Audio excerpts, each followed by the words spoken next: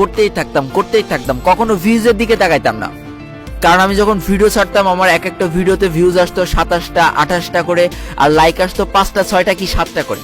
আমার কাছে ভিউজটা কোনোদিনই ম্যাটার করেনি, ভিডিও বানাইতে ভালো লাগতো তাই ভিডিও বানাতাম। প্রত্যেকটা ইউটিউবারের ভিডিও দেখতাম, তারা কিভাবে ভিডিও বানাচ্ছে, তারা কিভাবে থাম্বনেল তৈরি করছে, কিভাবে টাইটেল লিখছে, ওইভাবে নিজেও ট্রাই করতাম।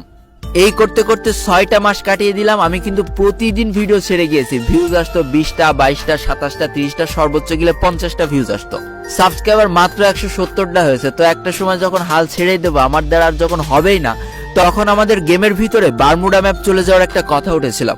তো ওই সময় অনেক খারাপ লাগছিল, এতদিন যে ম্যাপটা দিয়ে খেলেছি সেই ম্যাপটা হঠাৎ করে চেঞ্জ হয়ে যাবে। তাই সেদিন একটা ভিডিও বানিয়েছিলাম বিদায় বারমুডা নামে। ওই ভিডিওটা যেদিন আপলোড করেছিলাম দিনটা ছিল 22শে সেপ্টেম্বর 2020 সাল, অর্থাৎ চ্যানেল খোলার প্রায় 6 মাস পর। এর ভিতরে কিন্তু আমি রেগুলার ভিডিও ছেড়েই গিয়েছি। তো 22শে সেপ্টেম্বর বিদায় বারমুডা ওই ভিডিওটা আপলোড করে আমি ঘুমিয়েছি। সকালবেলা উঠে দেখি আমার ভিডিও নাকি ভাইরাল হয়ে গিয়েছে। সবাই বলতেছে আমার ভিডিও ভাইরাল হয়ে গেছে, আমি তো পুরো আনন্দে নাচতেছি। তাড়াতাড়ি ইউটিউব চ্যানেলে ঢুকে দেখি কলা হয়েছে মাত্র 600টা ভিউ। ওমা, এরপরে ফেসবুকে যেয়ে দেখি ভাইরে ভাই কি পরিমাণ ভাইরাল হয়ে গেছে আমার ভিডিওটা। কিন্তু আমার কোনো লাভ হলো না, না আমার ইউটিউব চ্যানেলে সাবস্ক্রাইবার বাড়লো, না মানুষ আমাদের চিনলো। যে যেরাম পারলো তার ফেসবুক পেজের থেকে ছাড়লো, আর ভিডিও ভাইরাল হয়ে গেল, তার পেজ গ্রো হয়ে গেল। আমার কোনো লাভ হলো না। ওই দিনে আমার ইউটিউব চ্যানেলের জন্য প্রথম কেঁদেছিলাম, অঝরে কান্না কেঁদেছিলাম। কিন্তু বিশ্বাস করো, কষ্ট পেলেও সেদিন ভেঙে পড়িনি। ওই ভিডিওটার মাধ্যমে 1000 সাবস্ক্রাইবার হয়ে গিয়েছিল, আর সেই 1000 জন আর্মিকে নিয়ে আমি আমার যাত্রা শুরু করে দিয়েছিলাম নতুন ভাবে। আবারও সেই রেগুলার ভিডিও ছেড়ে যাচ্ছি, 1000 সাবস্ক্রাইবারে আটকে রয়েছে, কোনো লাভ হচ্ছে না, লস হচ্ছে না, ওইভাবে পড়ে থাকলাম।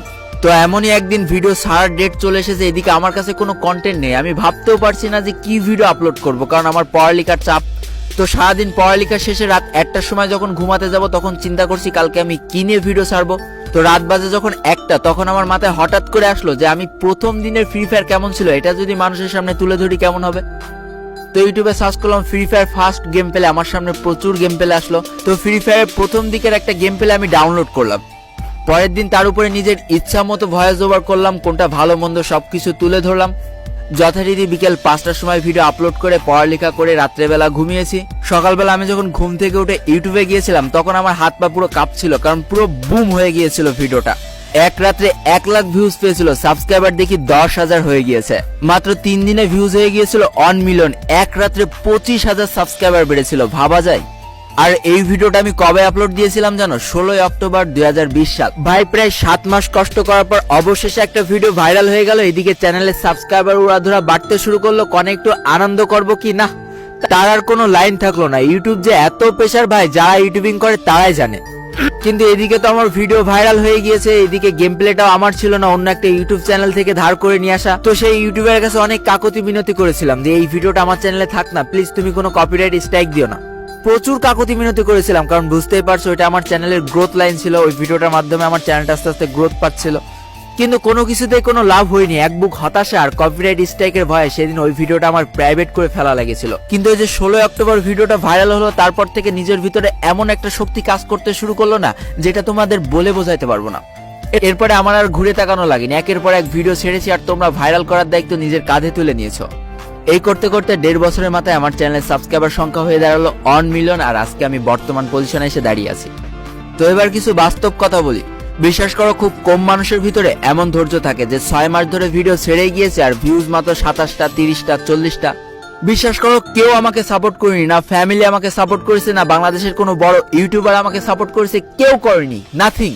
জীবনে কখনো আমাকে সাপোর্ট করেনি। কিন্তু চরম একটা সত্যি কথা কি জানো?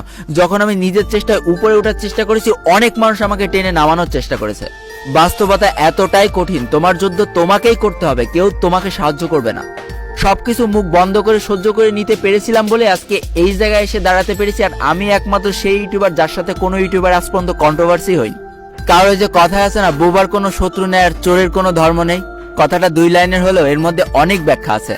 তো এটাই ছিল আমার ইউটিউব যাত্রার সংক্ষিপ্ত কিছু গল্প।